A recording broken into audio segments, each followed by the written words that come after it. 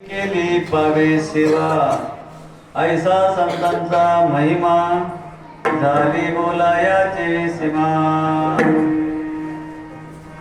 आपल्या या पवित्र पावन भूमी वाडगाव या ठिकाणी आणि चैतन्य कानिफनाथाच्या यात्रेच्या उत्सवानिमित्ताने हा अखंड हरिनाम महोत्सव मोठ्या श्रद्धेने आणि वैभवपूर्ण संपन्न होत आहे। यात्रेच्या दिवशी श्री क्षेत्र तारकेश्वरगड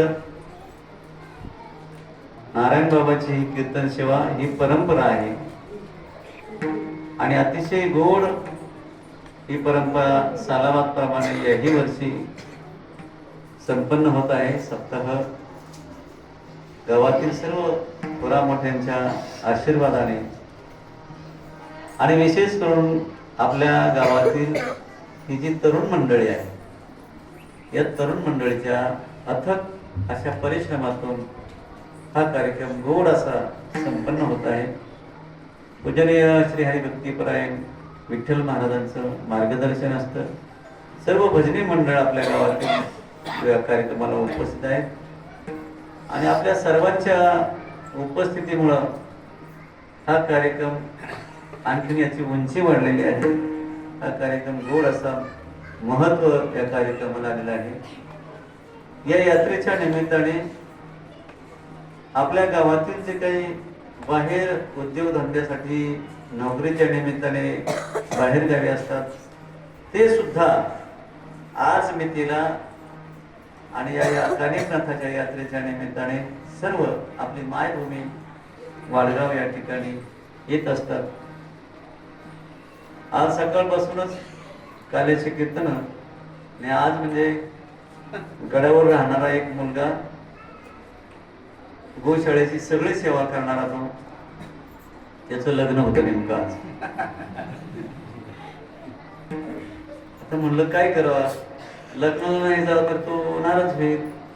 बरं एवढी सेवा करणं काही सोपी गोष्ट नाही। आज गोशाळा त्याच्याच जीवावर चाललेली आहे आणि ही सर्व गावकरी मंडळी इथं वाट बघते। माझी तर आणखीनच सुपारी झाली, धर्मसंकट आलं। असं गडावरून कार्यक्रमाला निघालो, गाडीत बसलो तर तेवढेच समजा 5-25 माणसं भेटायला आले दुसऱ्या गावचे आणि इकडे गावाकडे आले तर उशीर होतोय। काय करावं, त्यांना बोलावा की न बोलावता त्या बोलत बसलं चहा पाणी करीत बसलं तर इकडं वाडगाव यायला उशीर होतोय।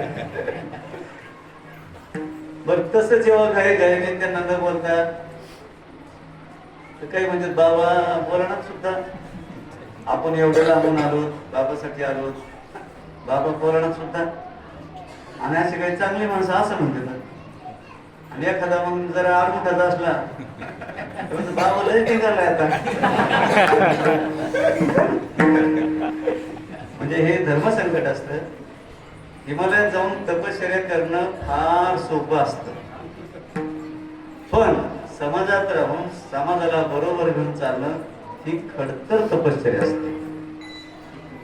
तर आपल्या सर्व गावकऱ्यांचं अथांग असं भरपूर प्रेम आहे। तुम्ही सगळ्यांनी माझ्याकडे बघितलं प्रेमाने तरी माझं आयुष्य वाढतंय। नजरेत फार मोठी ताकद असते आणि हा जो कार्यक्रम आहे ना इतका गोड कार्यक्रम, हा कार्यक्रम बघून मी तर प्रसन्न झालो तुमच्यावर आणि गुरुवारी नारायण महाराज प्रसन्न आहे। आणि हा आपला यात्रेच्या निमित्ताने जो कार्यक्रम आहे हा कार्यक्रम चैतन्य कानिफनाथाला पावन झालेला आहे। सर्व मंडळी या ठिकाणी उपस्थित आहेत। आपले मृदंगाचार्य मच्छिंद्रनाथ महाराज, पवन महाराज, ही सगळी मंडळी, सर्व भजनी मंडळ, टाळकरी मंडळ, काटे महाराज। काटे महाराजांनी मला फोन केला, बाबा कुठे शिकत, सगळं गाव आणून ठेवले मावल्याजवळ आसराजवळ। म्हणलं उन्हात उन्हाचं कशाला माणसाला आणलं एवढ्याला, आणि काय गरज होती मला या आडवं यायची, मीच आलो असतो तुमच्याकडं. ते म्हटले नाही बाबा, हे आमचं वैभव असतं.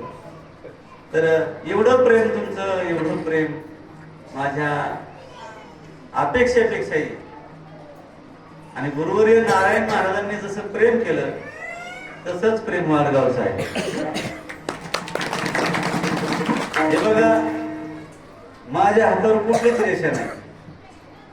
असं म्हणतात धनरेषा असते, मधले बोटावर अशी सरळ रेषा जाते, तिला धनरेषा म्हणतात. आता माझ्या हातावर धनरेषा नाही, सगळे तुकडे तुकडे, म्हणजे चिल्लर आहे सगळी. हातावर धनरेषा नाही. पण आता पंढरपूरला 7 कोटीचा व्यवहार माझ्या हाताने झाला. हा चमत्कारच आहे ना. आणि यालाच म्हणतात गुरु कृपा. गुरूंची कृपा हीच आहे.